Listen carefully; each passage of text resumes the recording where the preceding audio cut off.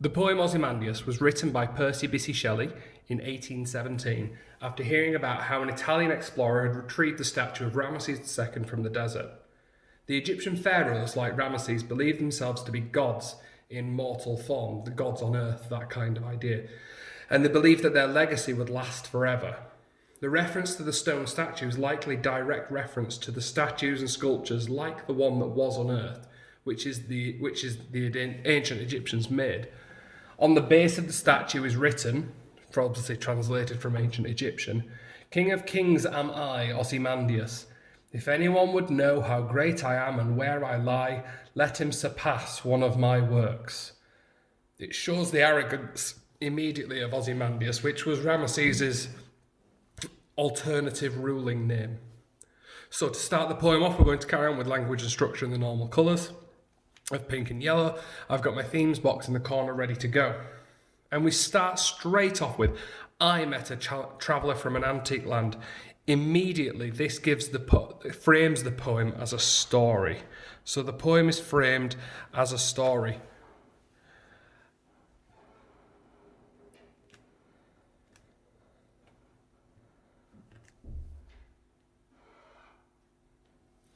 This makes it clear that the narrator hasn't even seen the statue himself, he's only heard about it.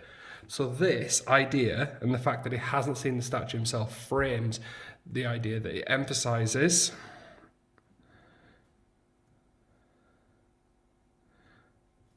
just how unimportant Ozymandias is now.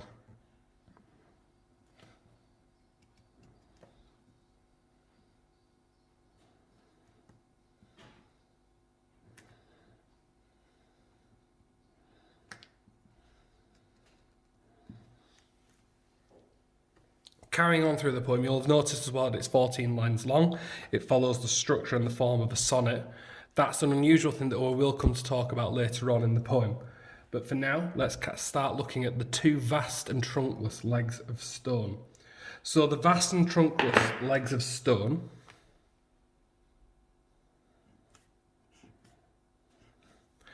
that highlights the irony that we feel. So the vast and trunkless legs of stone, it emphasises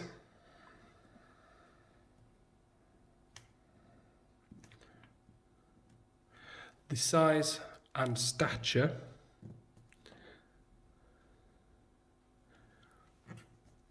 and it shows also though that the statue is incomplete. So the statue at some point has been destroyed, damaged. It's something has damaged it, whether human or inhuman or natural, we don't know. Looking at the next line, we move on to see "stand in the desert." So here we have a mention of the setting. So the setting of the poem obviously is in the desert, but because it's in the desert, that suggests, as you hopefully should have worked out, an absence of life.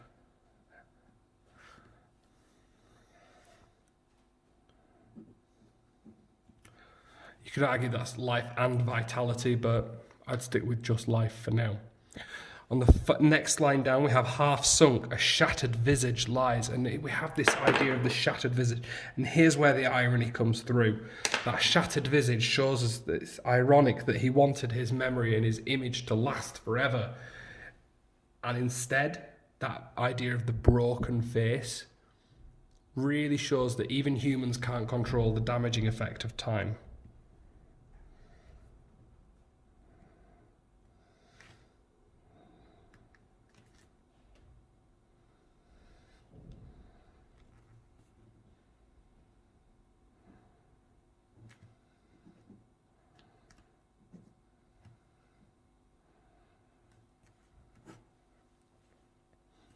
And like I said, that is ironic.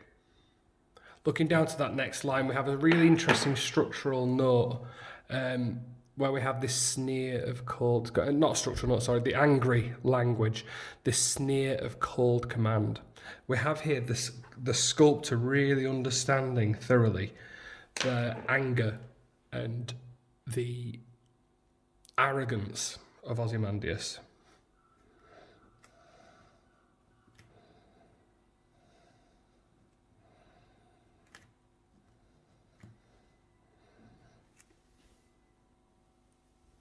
Looking down then, so we tell that it's sculpture, well those passions red, which yet survives, stamped on these lifeless things. And we've got this really interesting sibilance. And that hints to having, and that sibilance highlights the idea on this line. So the survive, stamped, these lifeless things. So that sibilance here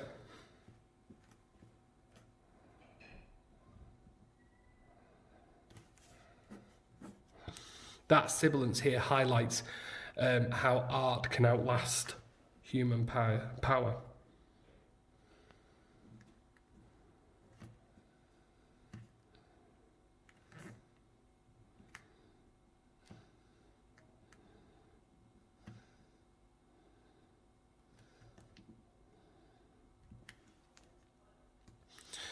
So, as well as that idea of the art outlasting human power, but it shows that the statue's been ruined, as we saw earlier, that it's trunkless, that it's shattered visage. So actually, even though the art outlasts human power, the art can't outlast natural elements, and it can't immortalise it. So I would add the note on of cannot immortalise.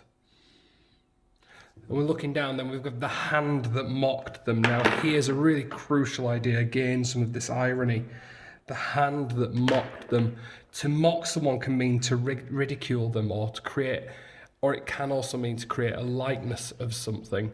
So perhaps this is the sculptor intending the statue to make fun of Ozymandias.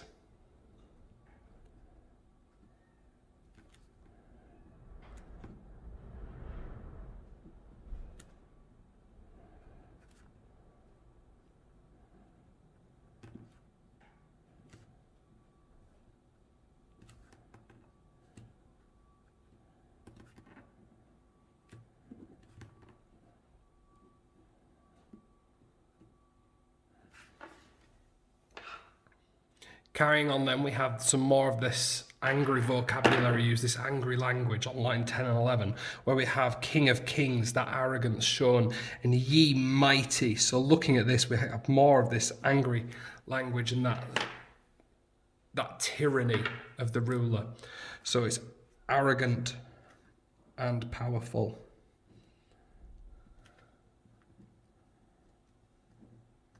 So the word that I used there was tyranny. So tyranny meaning to have a king that doesn't care, a king that only cares about power rather than people. Looking down on that line as well, we have the word despair, and the fact that we have despair written here is interesting, simply in the way that to despair, it's ironic because he's telling other rulers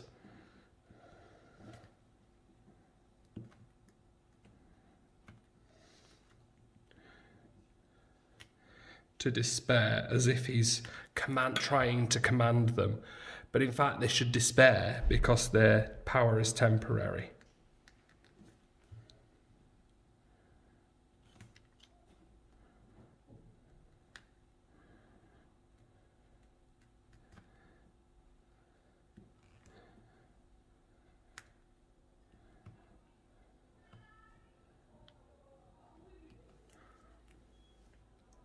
Looking down the next line, we have nothing besides remains round the decay of that colossal wreck. And the phrase there, the decay of that colossal wreck, is the phrase that I would like to pick out from here.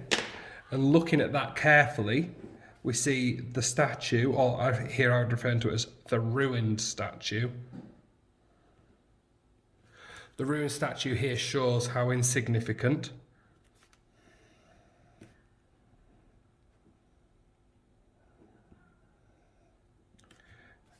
and unimportant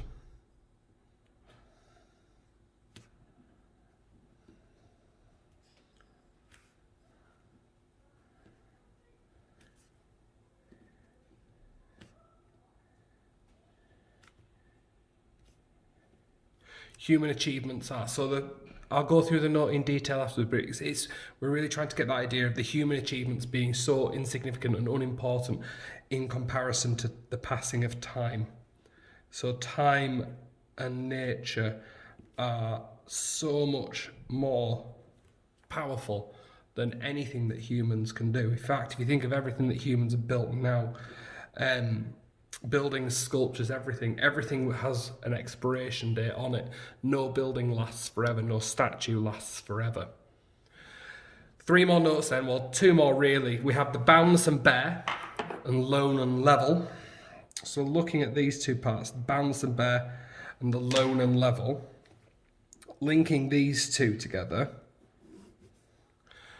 we have the alliteration emphasising here. So the alliteration here is emphasising the feeling of empty space.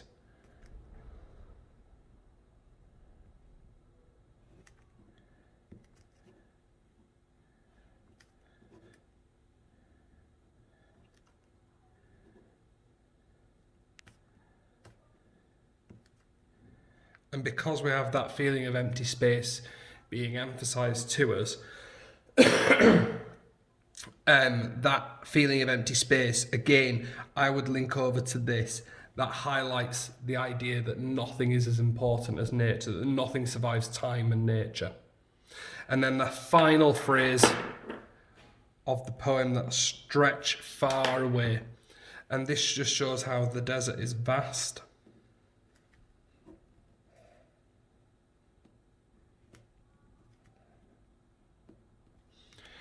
And the fact that it survives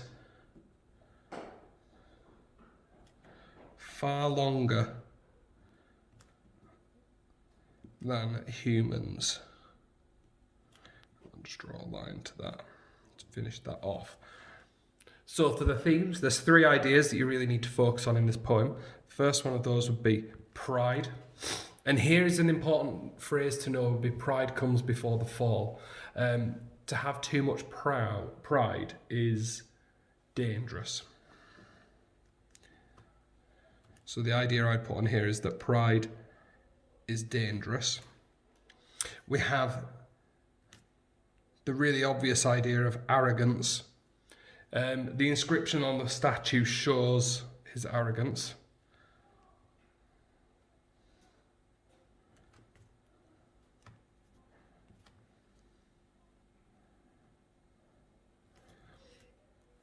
And then the last one would be this idea of power, that nature is always going to be greater than human achievements. The poems to compare this with are important ones to know. Ultimately, if you want to compare this idea of human power or the idea of pride, or the idea of life represented in art, then the obvious poem here would be to compare with Browning's My Last Duchess.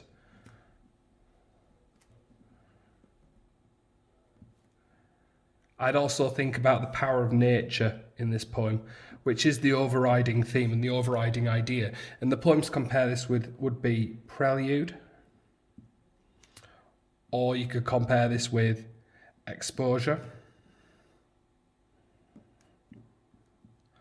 or one of the more subtle ones, but certainly if you're able to compare the desert with the storm, would be Storm on the Island.